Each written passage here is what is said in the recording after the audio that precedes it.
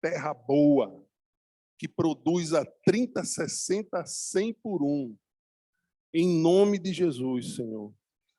Que essa palavra, que a gente traga essa palavra ao nosso coração e viva ela e experimente ela.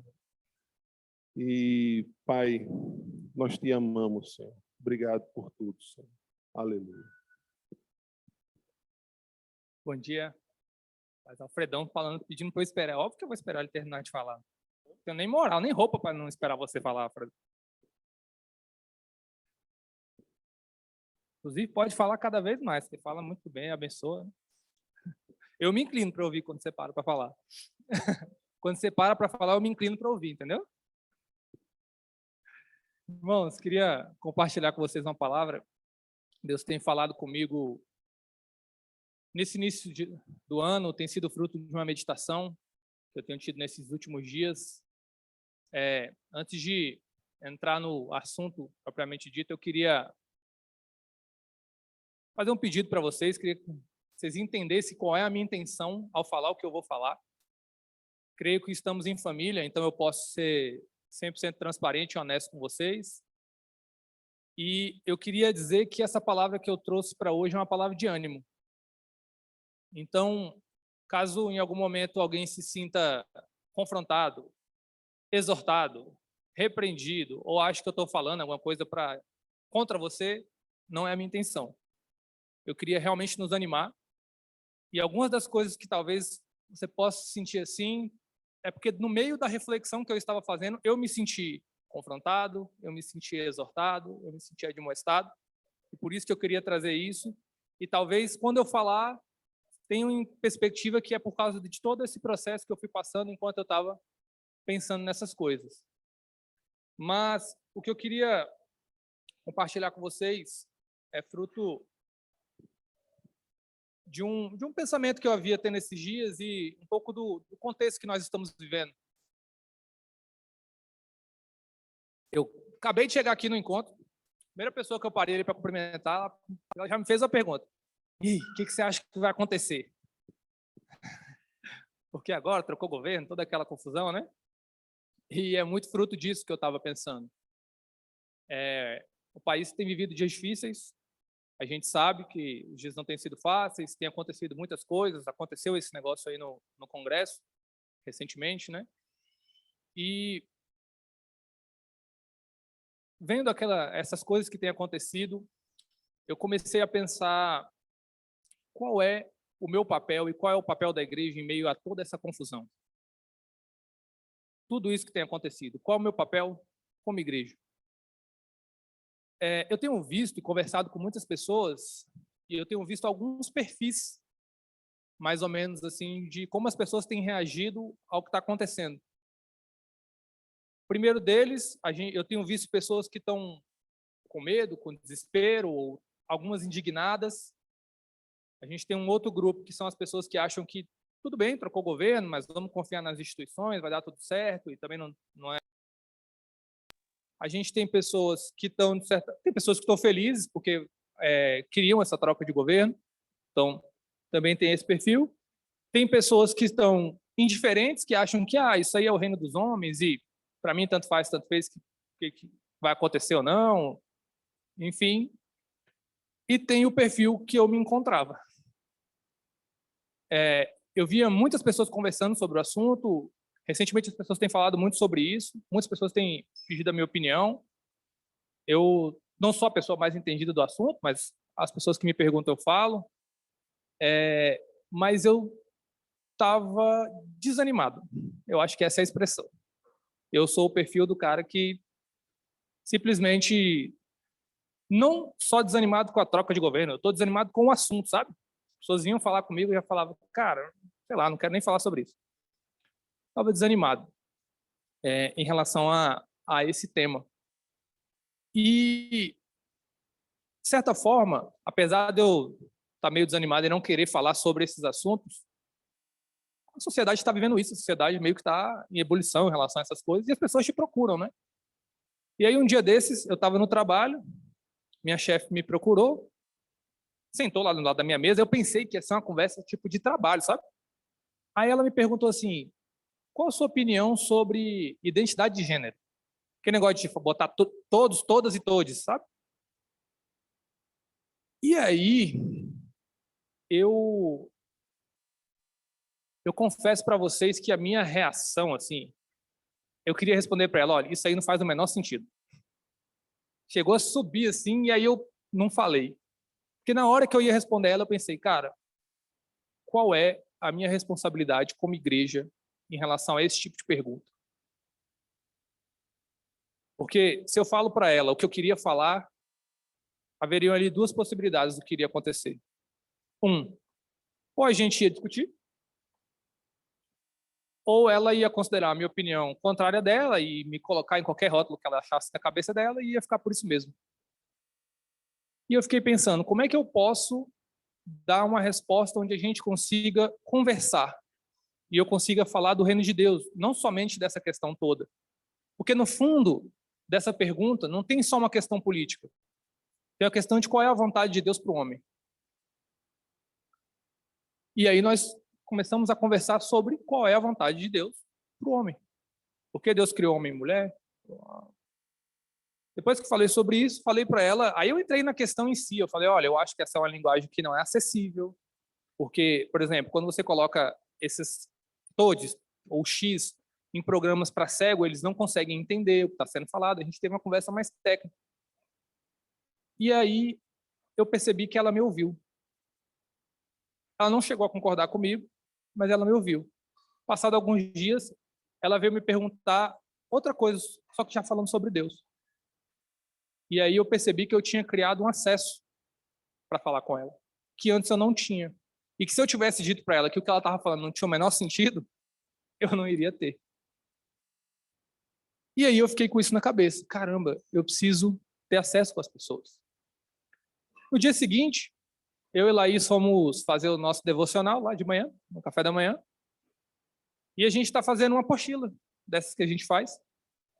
E a gente parou numa lição que tinha esse texto. Queria ler com vocês. 1 Pedro 2,9 até o 12. Texto conhecido, está na nossa catequese, né?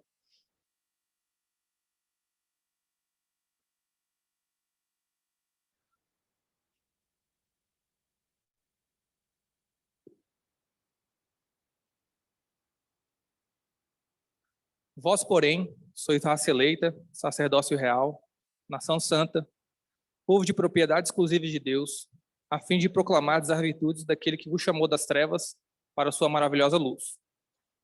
Vós sim, que antes não erais povo, mas agora sois povo de Deus, que não tinhas alcançado misericórdia, mas agora alcançastes misericórdia. Amados, exorto-vos como peregrinos e forasteiros que sois, a vos absterdes das paixões carnais, que fazem guerra contra a alma, mantendo exemplar o vosso procedimento no meio dos gentios, para que, naquilo que falo contra vós outros como de malfeitores, observando-vos em vossas boas obras, glorifiquem a Deus no dia da visitação. Quando eu li esse texto, a gente estava falando lá sobre todos são sacerdotes, que era a lição da apostila, mas eu li o texto e Deus começou a falar comigo sobre as coisas que eu estava sentindo. E eu estava falando para vocês que eu me sentia desanimado, e eu acho que todo mundo, tanto os que se sentem desanimados, quanto os que se sentem felizes, ou os que se sentem revoltados ou tristes, eu acho que tudo isso é muito fruto de uma incerteza do que a gente não sabe o que vai acontecer. No fim das contas é isso. A gente não sabe. Só que, independente de em qual desses grupos eu estou, por isso que eu quero que vocês me entendam bem, se você está chateado com o que aconteceu, pode ficar chateado. Se você está feliz, pode ficar feliz. Se você está que nem a galera que está indiferente, eu não estou querendo entrar nesse mérito. Não é a minha intenção aqui. Eu só queria trazer uma palavra de ânimo para esse tempo que a gente está vivendo, que a gente vai passar a viver.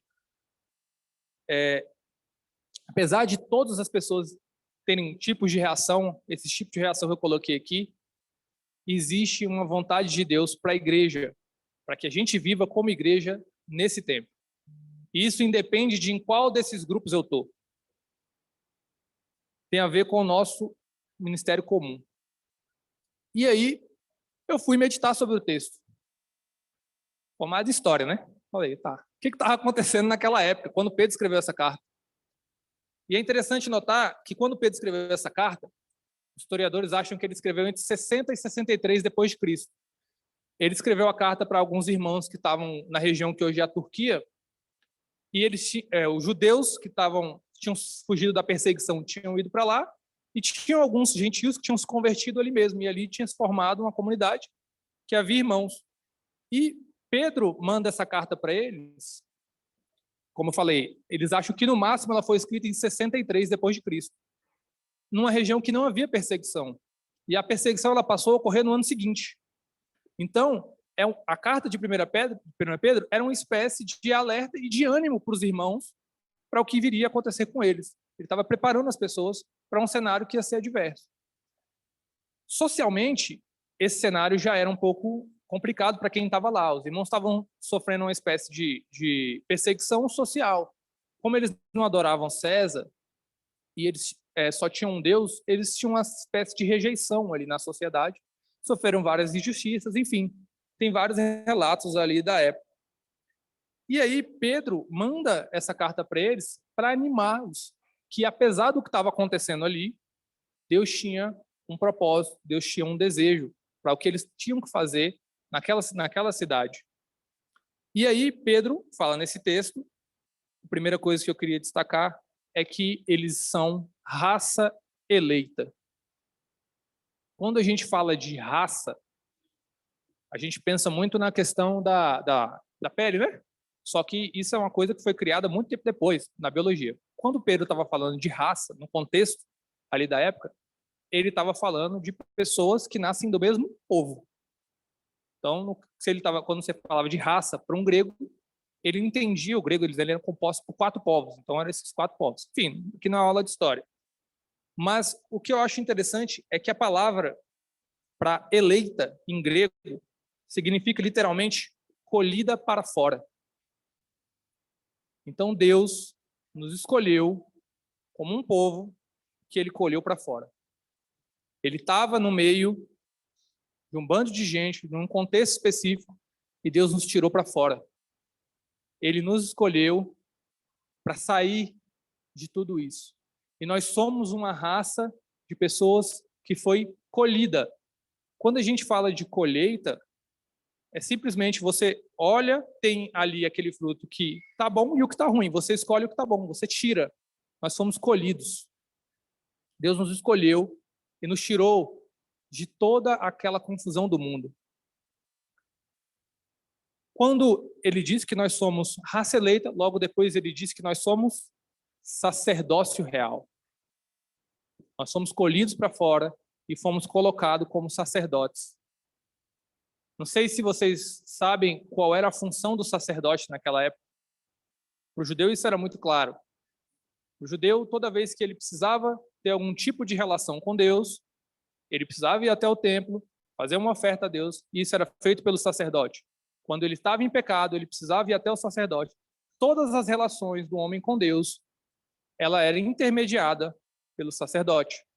Quando Pedro fala que nós somos sacerdócio real, sacerdotes desse rei, significa que nós vamos servir como pessoas que vai intermediar a relação das pessoas que estão no mundo com Deus.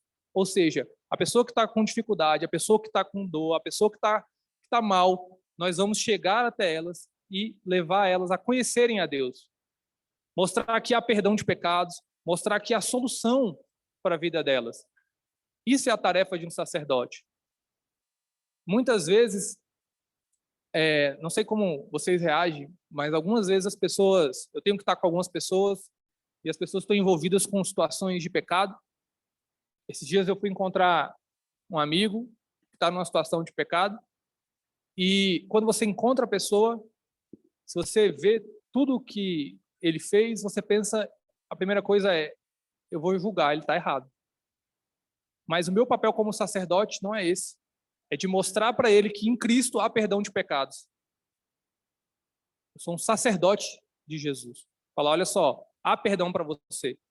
É claro que exige o sacrifício, exige mudança e tudo mais, mas há um caminho para essa pessoa. E essa é uma das nossas funções na sociedade.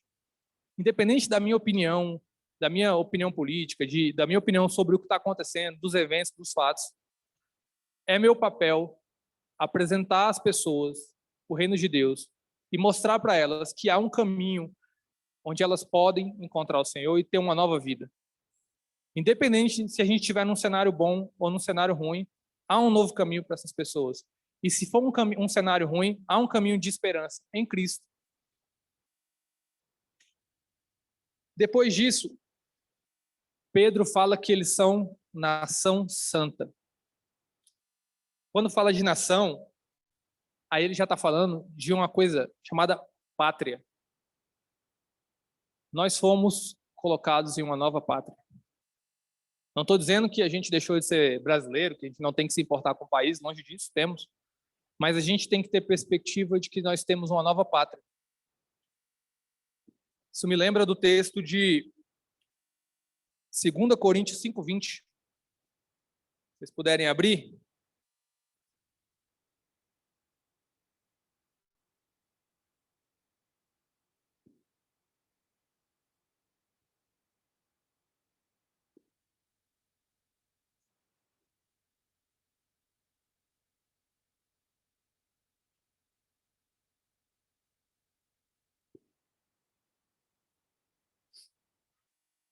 De sorte que somos embaixadores em nome de Cristo, como se Deus exortasse por nosso intermédio.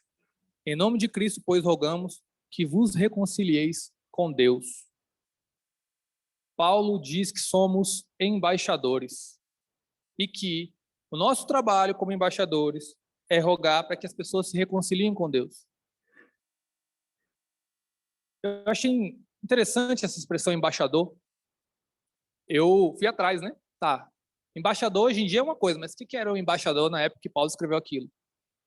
E é interessante que Paulo, quando fala sobre isso, as pessoas entendiam esse contexto. O embaixador, quando ele estava em um outro país, o interesse dele ali é, como hoje, representar todos os interesses daquela pátria de onde ele veio. Só que isso não significava que ele não fosse se envolver na vida comum do que estava acontecendo ali. Então, você tem vários relatos de embaixadores que se envolviam nos problemas da cidade.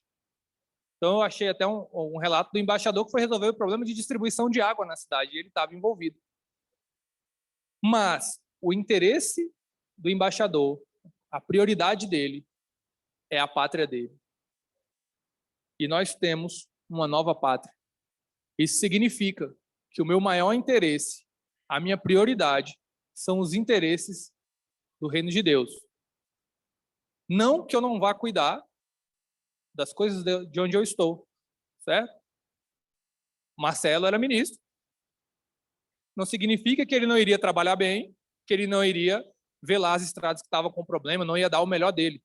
Só que se entrasse num conflito que envolvesse a vontade dos homens e o reino de Deus, ele optaria pelo reino de Deus. Porque a pátria dele mesmo é o céu, é o reino de Deus. E Pedro deixa isso muito claro, que nós temos uma nova nação, uma nova pátria. E a nossa prioridade em tudo que a gente faz é representar dessa pátria. A minha vontade como homem, como Pedro, quando a minha chefe falou o que ela falou, era entrar numa discussão com ela. Talvez fosse até interessante, num cenário de mostrar para ela que ela está errada, para quem estava ao redor ouvindo, poderia ser. Mas o interesse da minha pátria, o interesse do reino de Deus, naquela conversa, era que eu levasse o reino de Deus para a vida dela. Eu tenho que representar primeiramente os interesses dessa pátria. Então, apesar da minha vontade de entrar numa discussão ali, eu estou representando o reino de Deus e eu tinha que falar da palavra para ela. Nós temos uma nova nação, uma nova pátria. E aí Pedro diz, para que a gente vai fazer tudo isso? A fim de proclamar as virtudes daquele que nos chamou. Toda essa história toda essa mudança que Pedro coloca aqui é para que a gente leve o reino de Deus para outras pessoas. E isso foi o que eu falei para vocês, que de alguma forma me confrontou. Porque, como eu falei, as pessoas estão reagindo de diferentes maneiras, né? Aqui eu citei 5 formas como as pessoas, via de regra, estão reagindo. Eu estou em um desses grupos, acho que todo mundo está em algum desses grupos. Só que, independente de em qual situação ali eu estou vendo, qual é a minha leitura sobre o que está acontecendo na sociedade, tudo que eu tenho que fazer tem que ser a fim de proclamar as virtudes daquele que me tirou das trevas. Então, quando eu estou, de certa forma, triste, e alguém vem falar comigo, eu tenho que falar, cara, eu vou deixar minha tristeza de lado, porque eu tenho que proclamar as virtudes daquele que me chamou para aquela pessoa.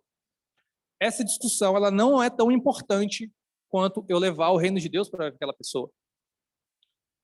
A partir do momento que a pessoa conhece o reino de Deus, ela se converte, a vida dela é transformada, muitas dessas questões que a gente, inclusive, discorda, vão ser transformadas, porque o reino de Deus vai entrar na vida dela.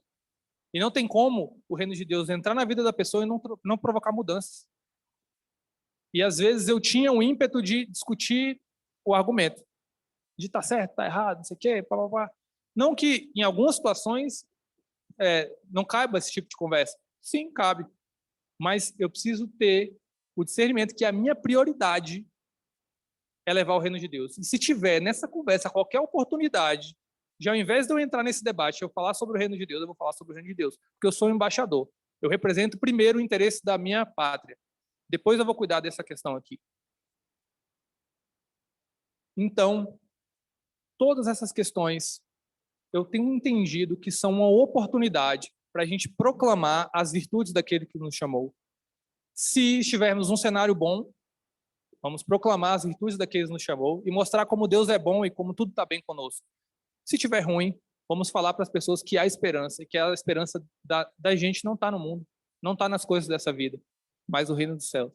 E as pessoas vão receber isso. E se elas receberem o reino de Deus, a mudança que a gente, às vezes, queria discutir naquele ponto específico, ela vai ser transformada. Eu lembro que a última vez que eu estive compartilhando aqui, eu contei uma história, vou repetir. A gente estava, eu e Laís, acompanhando um casal de discípulos. Ela se converteu e ela veio de um contexto bem feminista, sabe? Bem feminista mesmo. E aí a gente conversava, tal, não sei o quê, e ela muito firme assim nos posicionamentos dela. E eu falei assim, olha, eu não vou discutir nada disso com ela não. Deixa ela pensar o que ela pensar e vamos falar do reino de Deus. Começamos a falar do reino de Deus. Tal. Tinha algumas situações ali no casamento que a gente tinha que tratar, e a gente foi tratando e colocando, e eles foram mudando. A vida deles foi mudando por causa das coisas que a gente já estava conversando. Um belo dia, a gente senta para jantar, estava lá em casa. A conversa que a gente tinha tido anteriormente era papel do marido. E ela virou para mim e falou assim, olha, eu descobri que eu não posso ficar nesse negócio de feminismo. Aí eu falei, ué, por quê? Ela, não, a gente está conversando aqui sobre o papel do marido, o papel da mulher, e se eu for crer nessas coisas, meu marido não vai conseguir exercer o papel dele. E eu não vou conseguir exercer o meu papel como mulher. E se eu me convertir, eu tenho que fazer a vontade de Deus. Então não tenho como fazer a vontade de Deus fazendo isso. Amém. Amém. Quando o reino de Deus entrou, trouxe mudança para a vida dela. E ela fez as coisas por causa do Senhor dela, não por causa de um meu argumento ser melhor que o dela. Inclusive, eu até considerava meus argumentos melhor que o dela, tinha resposta para um monte de coisa. Só que o reino de Deus provocou uma mudança nela, que não é no mundo das ideias, é uma mudança de dentro para fora. E ela mudou aquilo não porque eu tinha um argumento, porque daqui a pouco aparece alguém com um argumento melhor que o meu, mas porque Deus falou com ela. E porque ela entendia que para agradar o Senhor dela, ela precisava mudar. O reino de Deus, ele consegue produzir essa mudança genuína nas nossas vidas. E toda oportunidade que eu tiver de levar o reino de Deus para as pessoas, eu tenho que priorizar isso. Mas aí vocês devem estar pensando, tá, isso significa que eu não tenho que me envolver com essas situações, que eu não posso? Muito pelo contrário. Creio que nós temos um papel dentro da sociedade, tanto como cidadão, como seu CPFzinho, tanto quanto profetas no meio do povo. E nós devemos trazer a verdade de Deus para as pessoas. Como o Fernando deu uma palavra aqui há um tempo atrás, às vezes a gente tem que ser sal e se misturar com as pessoas, mas às vezes a gente tem que ser luz e denunciar as obras das trevas. Em alguns momentos a gente vai ter que ser luz. E eu não posso dizer para vocês que a gente tem que simplesmente... seria um discurso muito fácil dizer, gente, esqueçam tudo o que está acontecendo e vamos somente pregar o evangelho e não está tendo problema nenhum, está tudo uma maravilha. Não seria honesto da minha parte fazer isso, dizer isso. Porque a gente vê situações, a gente se chateia, às vezes a gente vê injustiça. O reino dos homens sempre vai ter injustiça, vai ter pecado, e de alguma forma, quando a gente vê isso, traz para a gente uma espécie de vontade de se afastar, ou de ficar com raiva, ou de querer denunciar. Isso é normal. Mas como eu devo fazer isso? Eu acho que é o X dessa questão. Porque, às vezes, por ela me falar um negócio, minha chefe, no caso, trazendo de novo esse exemplo, que era contrário à vontade de Deus, e eu sei que é contrário à vontade de Deus, a minha tendência natural é falar, pecado, para lá, para lá. E aí, qual é a maneira que eu deveria tratar essas pessoas? Como eu faço para ser luz e para denunciar essas obras das trevas? Eu queria ler um salmo. Salmo 85:10.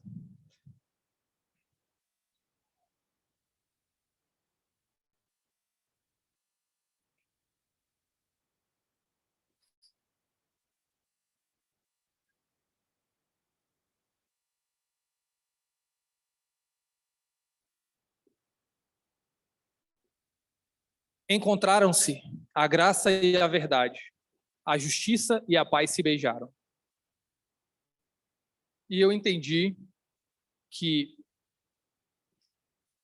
essa é a maneira como eu tenho que me relacionar nessas questões. O texto diz que que a graça e a verdade se encontraram. Quando tem essa expressão, se encontraram, significa que elas vêm de caminhos distintos. Se encontrar, são duas pessoas que estão em pontos diferentes, certo? Que chegam em um ponto em comum. Então, elas partem de locais diferentes. A graça e a verdade. Em outras traduções diz a misericórdia e a verdade. E é por isso que muitas vezes, quando a gente se defronta com situações que nos causam algum tipo de indignação, às vezes algumas pessoas falam assim, não, mas você tem que ter calma, tem que amar. E você fala, tá, mas eu tô com raiva, não tem nada a ver uma coisa com a outra, eu tenho que falar a verdade. Essa aparente contradição acontece porque realmente elas estão em pontos diferentes. A verdade é uma coisa e a graça é outra, elas estão em locais separados. Só que a palavra diz que elas se encontraram.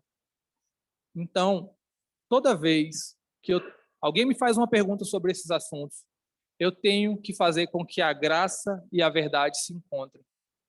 Eu não posso dar uma palavra somente de misericórdia e dizer para a pessoa que está tudo bem, que não tem pecado, que está tudo uma bênção, mas eu também não posso chegar com ela e trazer somente aquela verdade crua, que eu tenho que juntar tanto a verdade com a graça. Quando eu faço essas duas coisas se encontrarem, eu apresento um caminho de Deus para que aquela pessoa possa caminhar. Tanto a verdade quanto a graça se encontrando. E esse texto também diz que a justiça e a paz se beijaram. Ou seja, elas se misturam. Uma está com a outra.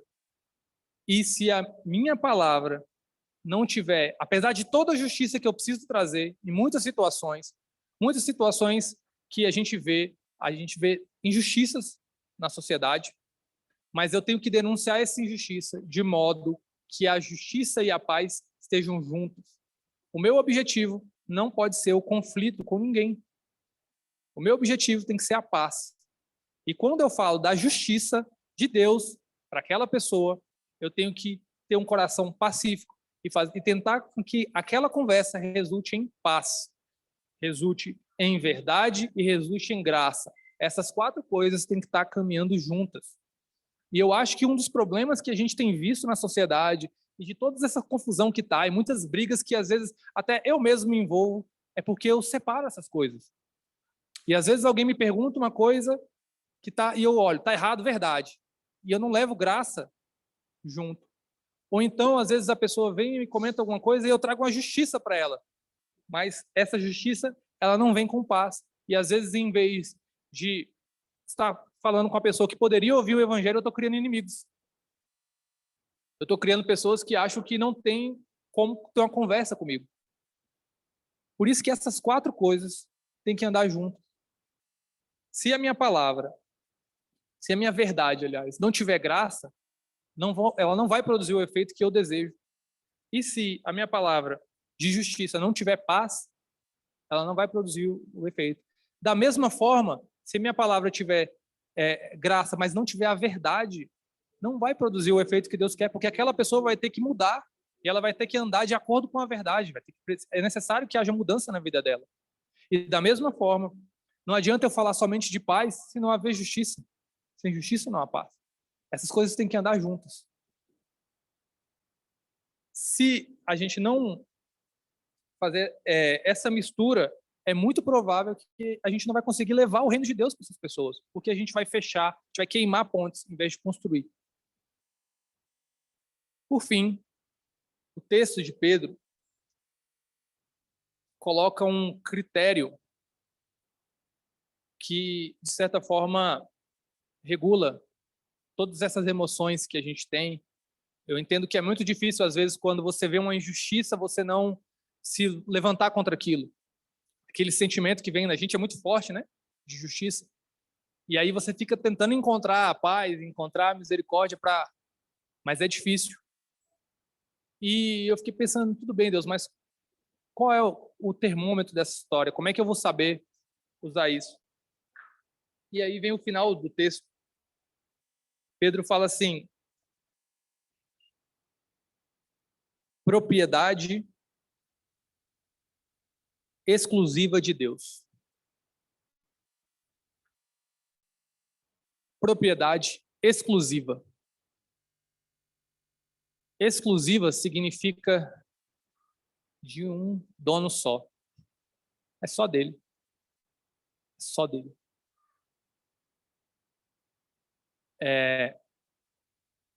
Um dono significa que alguém nos comprou, nós somos propriedade dele. E só dele. E muitas vezes eu via que no meu coração eu entrava em alguns conflitos ou em algumas conversas que eu não precisaria ter entrado, porque eu estava fazendo as coisas de acordo com o meu desejo ou me rotulando com qualquer outro rótulo desses que a sociedade dá. Então, eu me posiciono como tal coisa, por isso penso assim, mas eu sou propriedade exclusiva, eu não sou nada, eu sou discípulo. Em algumas coisas que alguns grupos pensam, eu vou concordar com eles, porque está mais ou menos parecido com o que Deus pensa. A lente com que eu vejo o mundo, que me orienta, é o reino de Deus. Então, se a partir daquele momento um colega do trabalho se posicionar contra o aborto, eu vou concordar com ele. Se ele se posicionar a favor da mentira, eu vou discordar. Eu não tenho compromisso nenhum com nenhum grupo. O único compromisso que eu tenho é com o meu dono. Eu só represento o meu dono, eu sou propriedade exclusiva dele, porque ele me comprou. Foi muito caro o preço que ele pagou. Mas ele é meu dono, é exclusivo. Todos esses outros rótulos que a gente vê aí na sociedade, eles, de certa forma, a gente não vai se enquadrar perfeitamente em nenhum deles. Em algumas coisas a gente vai concordar, outras a gente não vai concordar. Esses dias, estava com um colega e ele perguntou, cara, e você é o quê? Aí eu falei, olha, para mim essas coisas é igual uma caixa de bombom. Tipo assim, você pega a caixa de bombom da Lacta. Som de valsa eu gosto. Sensação já não gosto muito. O diamante negro, excelente. Aí a caixa, eu como diamante negro, eu como sonho de valsa. Tem aquele bombom de amendoim, eu não como. Eu deixo lá. E em algumas coisas, para mim, funcionam assim. Tem coisas que eu vou concordar e eu vou comer. tem coisas que não vai. Mas o critério que define a minha escolha é o reino de Deus. É o que Deus pensa sobre esse assunto. Eu não sou simplesmente contra o aborto por uma questão de opinião. Existem excelentes argumentos sobre isso. Se você quiser sentar com a pessoa para discutir, eles vão te dar excelentes argumentos para você ser contra o aborto. Eu sou contra o aborto porque Deus é contra. Porque o meu dono não concorda com isso. E se o meu dono não concorda, eu quero agradá-lo e eu também não concordo, e eu sou contra isso. A lente pela qual eu vejo o mundo é o reino de Deus e é a vontade do meu dono. Eu sou propriedade exclusiva dele. Não tem outra teoria que Deus pensa sobre isso. Quando Deus ele se posiciona dizendo que é errado, é pecado, para mim é pecado, acabou. Quando a gente entende que a gente tem um dono que ele nos comprou por um preço muito alto e que nós somos propriedade dele e devemos fazer a vontade dele acima, inclusive das nossas preferências, opiniões, a gente entende que a gente precisa levar o evangelho para aquelas pessoas. Nós podemos caminhar de um modo a entender que, em meio a toda essa confusão que tem acontecido, independente da minha opinião pessoal ou da maneira como eu tenho que me posicionar como cidadão, as pessoas estão perdidas. E essas pessoas precisam encontrar a vontade de Deus. Eu tenho muito amigo, né? Conheço um monte de gente. É muita gente assim, pra vocês terem ideia, na época que eu fui fazer a lista do casamento, eu fui fazer só a minha lista. Falei assim, sem família e convidado da Laís. Aí deu 512 pessoas. Aí quando eu descobri o valor do buffet, eu falei, não vai rolar, vou ter que excluir gente. Mas assim, eu tenho muito amigo. Então, eu tenho conversado com gente de diferentes opiniões. E eu tenho percebido que algumas das pessoas que têm conversado comigo, elas têm colocado a esperança dela no governo humano. E elas precisam de Jesus.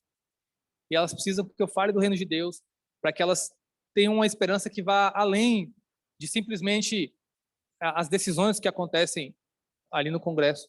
Existe algo que vai além disso. No fundo, política nem é tão importante assim. Não que não seja importante, gente, mas existe um negócio chamado eternidade. Isso que realmente importa. Por outro lado, eu tenho conversado com pessoas que vêm conversar comigo com um padrão moral muito bem estabelecido, sabe? Ah, isso aqui é certo, isso aqui é errado, isso aqui é certo, isso aqui é errado. E elas até conhecem, de certa forma, o que Deus disse, mas elas não conhecem a Deus. E eu tenho que levar elas a conhecerem a Deus. Não um padrão moral que, de certa forma, nós concordamos. Então, ele concorda, ele é contra, como eu dei o exemplo do aborto, não porque é a vontade de Deus para o homem que a gente não faça aborto, mas porque ele foi convencido, ou porque ele acha que ele tem um argumento simplesmente humano. E tem um filme chama A Máquina do Tempo, que eu vi um tempo atrás aí. Tem uma cena que é muito interessante, mostra um pouco disso. Mostra uma pessoa lá em 1800 e tanto, uma criança faz alguma coisa errada e o pai vai repreender ela e o pai fala assim, não faça isso porque Deus não gosta. E aí a criança vai lá e se corrige. E aí passa um tempo, aí mostra nos dias de hoje a criança fazendo a mesma coisa e o pai fala, não faça isso porque é errado. E a criança fala, não, mas por que é errado? E aí eles começam a ter uma discussão se o que é certo e o que é errado. O que eu quero dizer, gente? Eu estou falando que o nosso critério é uma questão de autoridade. Não é uma discussão de certo e errado. Existe um Deus que é o nosso dono, é o nosso Senhor. Nós somos propriedade dele. E eu penso, eu faço, eu deixo de fazer baseado no que ele gosta ou o que ele não gosta. E esse mesmo Deus que é o Senhor de todas as coisas, ele está querendo que a gente se apresente para as pessoas, para reconciliá-las com ele. Porque todo mundo que não conhece Jesus tem um problema com ele. Tem um problema chamado pecado. E quando Deus for julgar todos os homens, ele vai julgar as pessoas baseado nisso. E eu preciso apresentar para essas pessoas que há um caminho de reconciliação delas com Deus. Independente de qual é a opinião, Deus, quando chegar lá, no dia do juízo, ele vai querer saber o seguinte, se você é propriedade dele ou não. E é isso. Ele vai levar os dele. E apesar de terem pessoas que eu discorde, que em algumas situações a gente discorda, ou pessoas que eu concordo muito, a minha relação com eles, prioritariamente, tem que ser de apresentar o reino de Deus. Eu tive um sonho uma vez, até hoje, quando eu lembro desse sonho, eu me incomodo um pouco. Eu sonhei que eu estava numa fila, e eu estava numa fila e tinha uma fila do lado, sabe? E essas filas, elas iam para lugares diferentes. Um ia para um canto, outra para o outro. E eu sabia no sonho que a minha fila era para entrar no reino de Deus. E a fila do lado era das pessoas que não iam entrar. E eu vi um amigo meu da escola. E eu não tinha falado nada para ele. Eu lembro da cara dele. Tipo, você não me falou nada, né? A gente era muito amigo. Concordava em um monte de coisa, gostava de fazer as mesmas coisas. Mas eu não falei para ele. E é isso. Eu preciso falar do reino de Deus, porque independente da gente concordar ou discordar, independente dele ter um padrão moral muito parecido comigo, ele precisa se converter. Ele precisa se reconciliar com Deus. E eu, como embaixador desse Deus, eu tenho que levar o reino de Deus para ele, independente de se a gente concorda ou discorda, isso é uma questão para o dia seguinte ao batismo dele. Terminou de batizar, a gente pode conversar sobre qualquer assunto, mas a minha prioridade é levar o reino de Deus para ele. E aí eu fiquei pensando, mas como é que eu coloco isso em prática? A Priscila sempre me cobra disso. Tá, mas aí, você falou, e aí, como é que é o dia a dia? Como é que faz na prática? E eu separei alguns pontos. Primeiro dele, onde eu estiver, eu tenho que proclamar as virtudes daquele que nos chamou. E é interessante que Pedro fala que nos chamou e nos tirou do império das trevas, não é? Para um reino maravilhoso. Eu tenho que dizer para a pessoa que eu estou num lugar melhor que o dela, que vale a pena estar aqui. Eu tenho que proclamar as virtudes desse Deus. Segundo, como eu falei para vocês, existem diferentes grupos de pessoas, né? E elas estão reagindo de forma diferente ao que tem acontecido. E as pessoas que estão tristes, eu preciso animá-las. As pessoas que estão, de alguma forma, como eu estou, de certa forma, desanimado, eu preciso animar elas. Mas não animar com a perspectiva humana de que as coisas vão simplesmente melhorar. Eu não tenho como garantir isso. Mas eu tenho que animar que há um Deus e que esse Deus, ele é meu dono, ele cuida de mim e ele vai fazer o que for melhor para minha vida. E às vezes o melhor pode ser, inclusive, passar por dificuldade, mas vai ser o que é melhor para mim. Porque esse Deus cuida de mim. Ele é meu dono. Eu sou importante para ele. Ser sal no meio da sociedade é a terceira coisa. Irmãos, eu tenho um pouco de medo da gente perder a capacidade de se misturar com as pessoas. Se a gente não buscar ter um caminho onde a gente possa ter acesso, conversar, falar sobre o reino de Deus, a gente não vai conseguir ser sal. O sal ele está misturado. Então, às vezes a nossa tendência é só simplesmente, não, tá errado, não tem como. Muitas vezes eu preciso sentar, tentar entender o que a pessoa pensa, quais são os pressupostos dela, para que eu possa falar quais são os meus e levar o reino de Deus para a vida daquela pessoa. E, de certa forma, a gente tem que conter o nosso ímpeto de simplesmente falar, você está errado. Mas, ao mesmo tempo, o próximo ponto, eu preciso ser luz contra as trevas. Em algumas situações, eu preciso ser luz. Esses dias não, já tem tempo, estava com um amigo, e aí ele veio me perguntar sobre a situação do casamento dele. Ele se divorciou, aí casou com a outra mulher, não sei o que lá. E aí ele me perguntou se ele estava morando junto com a mulher. Em resumo é isso. E ele me perguntou, é pecado eu morar junto com ela? Aí eu falei, E eu sabia que ia dar briga, que ele é mais estourado, sabe? Então a gente vai brigar. Falei, é pecado? Mas me mostra na Bíblia. Mostra, não tem problema nenhum. E aí entramos numa conversa sobre aquilo. Mas assim, tinham outras pessoas ao redor. Nesse caso, eu precisava ser luz. Eu falei a verdade sem querer, sem me exaltar, sem ser agressivo, mas eu precisava ser luz e deixar claro naquela conversa ali que aquilo era pecado. Não tem negociação. Isso é ser luz. Próximo ponto. Agir com graça e verdade, justiça e misericórdia. Essas 4 coisas têm que estar juntas em tudo que eu falo. Verdade com graça, justiça com misericórdia. Porque no final do dia, essas pessoas elas estão perdidas. Eu estava lendo esses dias a situação ali de Estevão. Estevão faz um discurso duro, né? Ali no livro de Atos. E ele denuncia o pecado de todo mundo ali. Mas no final, quando ele vai morrer, ele pede para que Deus não impute aquele pecado do assassinato dele para aquelas pessoas. Ele tinha misericórdia, até com as pessoas que estavam matando ele. Mas ele não deixou de falar o que ele precisava falar. Então, essas coisas elas são temperadas. Próximo ponto. Cumprir a nossa missão como embaixadores. Eu tenho colocado isso na minha cabeça o tempo inteiro.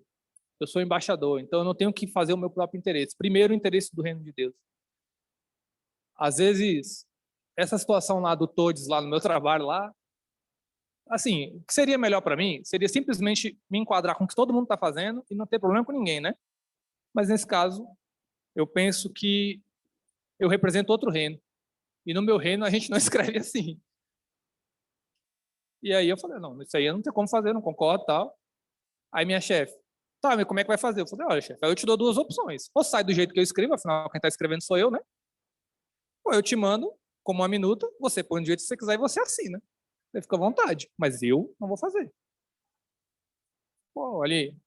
Ela ficou meio chateada uns dias, mas depois passa. Mas isso aí, simplesmente, eu represento outro reino. E a língua do meu reino é diferente, a gente escreve diferente lá. Eu estou aqui só representando, eu sou um embaixador. E a última dessas coisas, que eu acho que tem sido um desafio nos nossos dias, ser exemplo. O texto de 1 Pedro, a gente está lendo, o último aí, versículo que eu citei, o 12, fala assim: Amados, exorto-vos como peregrinos e forasteiros que sois, a vos absterdes das paixões carnais, que fazem guerra contra a alma, mantendo exemplar o vosso procedimento no meio dos gentios, para que naquilo que falam contra vós outros como de malfeitores, observando-vos em vossas boas obras, glorifiquem a Deus no dia da salvação. Essas pessoas têm que me ver como exemplo. E até nas coisas com que ela discorda frontalmente de mim, ela tem que entender que eu faço aquilo por causa do meu Deus, por causa do meu dono. É interessante que muitas vezes você vai entrar em alguns embates, mas se você temperar a sua palavra com graça, com verdade, com misericórdia e com justiça, as pessoas vão te entender. Recentemente eu fui para o aniversário de um amigo, a gente se conhece desde criança, e vamos lá, conversando e tal. E aí a gente discordou lá sobre um assunto determinado, mas conversamos. Aí ele falou assim para mim, cara, assim, eu não concordo em nada com o que você falou, não concordo, mas eu respeito que você é crente e eu sei que você faz o que você acredita. É isso. Ele entendeu que a gente não ia concordar e ele entendeu os motivos pelos quais eu faço. Não era uma simples discordância. Eu tenho um dono e eu faço o que ele quer.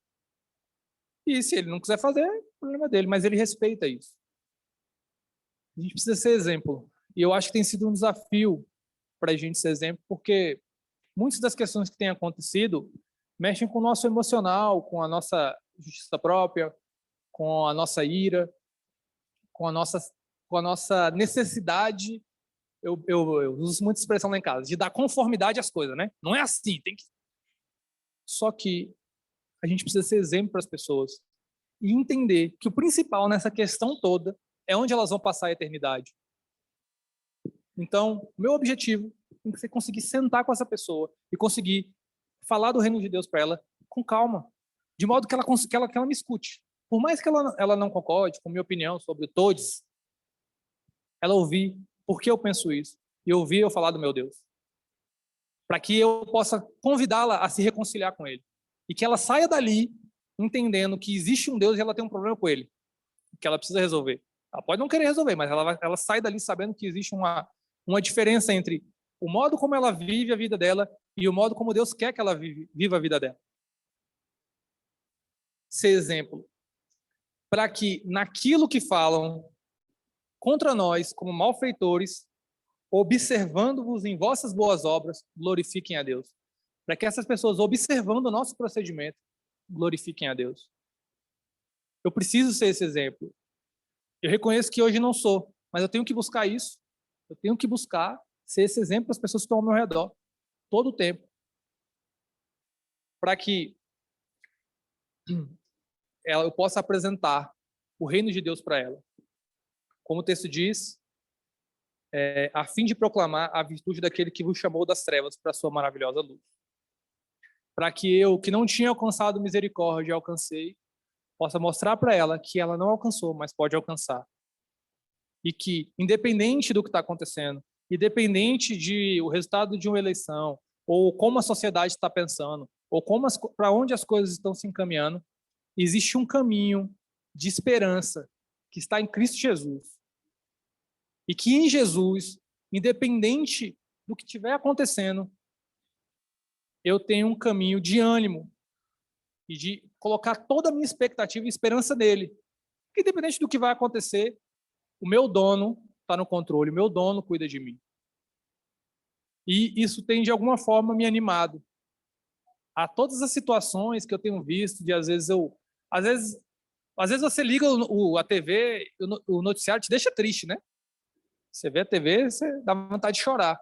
Mas eu tenho me animado que eu não estou nessa discussão. Eu fui colhido para fora. Eu sou embaixador de um outro povo. E lá todo mundo está bem. Todo mundo está feliz. E eu preciso mostrar para as pessoas que há uma oportunidade delas também serem embaixadores desse povo. Elas também fazerem parte desse propósito de Deus. E que há esperança no meio de toda essa confusão. No meio de, muitas vezes, a gente tem passado por isso, né? Às vezes a gente ouve um negócio, você não sabe se é verdade ou se é mentira, se é bom ou se é ruim. Você simplesmente não sabe direito o que está acontecendo. E independente de toda essa confusão, de todas de todas as opiniões, ou de como as coisas estão se encaminhando, eu tenho um dono, esse dono cuida de mim. E ele me deu a tarefa de levar esse reino para outras pessoas. E eu preciso fazer isso. Porque, no fim, essas pessoas estão mal. Essas pessoas precisam de Deus. E eu preciso levar o Senhor para elas. E se eu levar o Senhor para elas, o principal problema dessa questão toda se resolve. O principal. Não que não vão existir outros problemas. Não que as pessoas não vão precisar mudar. Não que a gente, como cidadão, não vá se posicionar como luz. Não é nada disso. Mas a gente tem que resolver o problema principal, que é o reino de Deus. E se a gente conseguir temperar a nossa palavra com essas 4 coisas, a gente vai conseguir ter acesso às pessoas e vai conseguir levar o reino de Deus para elas. E isso tem me animado a fazer isso na prática. Independente de... Então, é isso. Eu cheguei segunda-feira para trabalhar, o assunto era esse. Não sei o quê, não sei o quê, não sei nada. Tinha gente triste, a gente comemorando, aquela confusão. Vieram me perguntar o que eu estava achando. E a resposta que eu dei, eu falei, olha, independente do que vai acontecer, eu sei que Deus vai cuidar de mim. Oi? Né? Como assim? É essa pergunta que eu quero. Como assim? Para eu poder falar tudo que eu quero falar.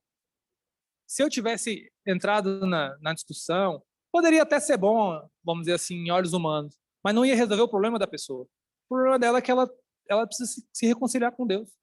E dentre todo mundo que está naquela sala, eu era a única pessoa que era embaixadora desse Deus lá. Então é minha tarefa fazer isso. Eu estou lá para isso. Claro que eu estou lá também para trabalhar. Como eu falei, essas outras coisas elas continuam acontecendo, mas não são a prioridade. Minha prioridade era essa. E eu queria animar vocês a, quando a gente estiver chateado ou desanimado, ou quando a gente quiser, às vezes, simplesmente trazer a justiça, trazer a verdade, a gente lembrar que a gente tem uma tarefa como embaixador. E que essas pessoas precisam, no fundo, de ajuda. E a ajuda delas não se refere simplesmente a uma questão humana. O problema delas é com Deus.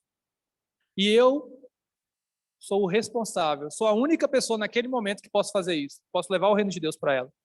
E quando a gente coloca isso em prática, a nossa perspectiva sobre toda essa situação muda.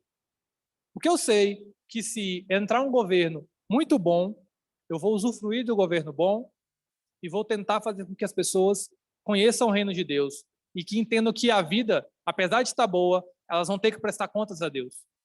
E se o governo estiver muito ruim, eu vou apresentar para elas que há esperança e que esse Deus, ele tem um reino e lá, ali a justiça, ali a verdade, ali essa pessoa vai encontrar o que ela precisa.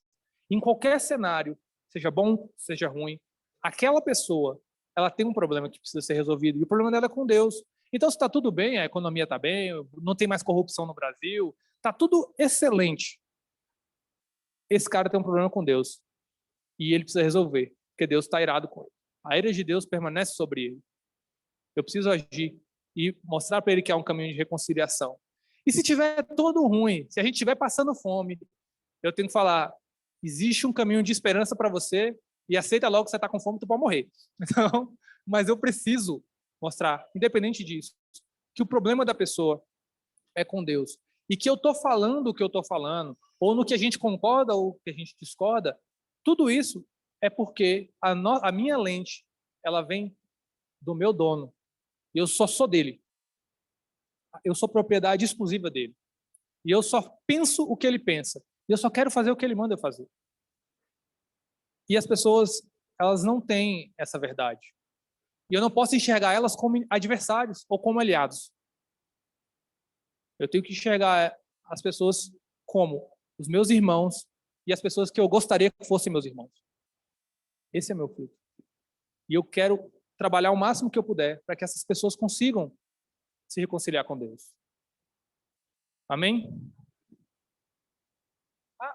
Esqueci.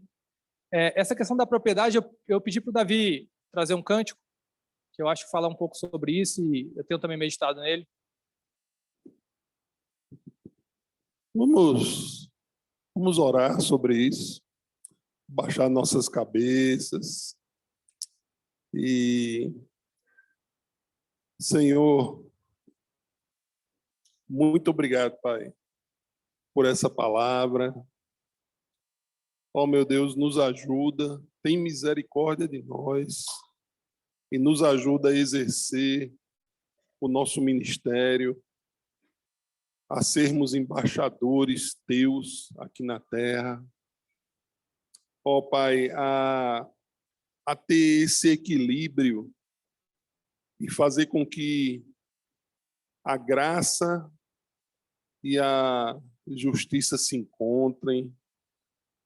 Ó, meu Deus, nos ajuda, Pai. Nos ajuda, Senhor, e possamos ser sal e luz, Senhor, como tu queres que a gente seja, Pai. Nós já somos, mas que a gente exerça, Senhor, esse ministério, Senhor. Nos ajuda a ser mansos, a ser humildes. Ó, Pai, que a gente busque a Ti cada vez mais. Que a gente deixe de ser carnal, mas que a gente busque as coisas espirituais, Senhor. Em nome de Jesus, nos ajuda, Pai. Nos perdoe e nos ajude, Senhor. Amém, meu Pai. Aleluia. Abençoa cada um aqui, Pai. Cada um, em nome de Jesus, meu Deus. Amém.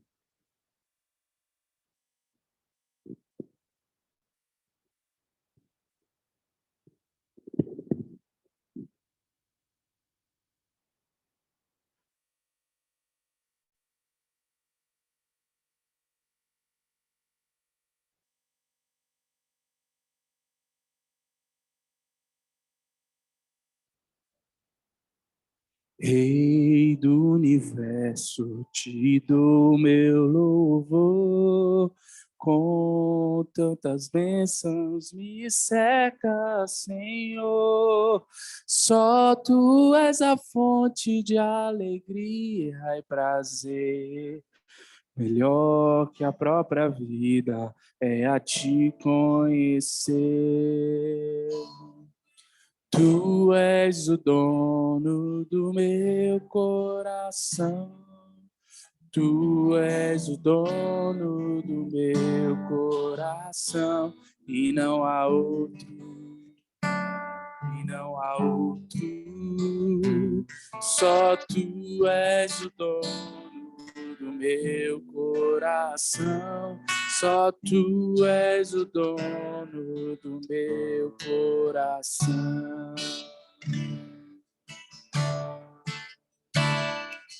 Paz e família, abrigo e luz, minhas necessidades supres todas, meu Jesus. Só tu és a fonte de alegria e prazer. Sede da minha alma é a te conhecer. Tu és o dono do meu coração. Tu és o dono do meu coração. E não há outro. E não há outro. Só tu és o dono do meu coração. Só tu és o dono do meu coração. Vamos cantar mais uma vez esse refrão?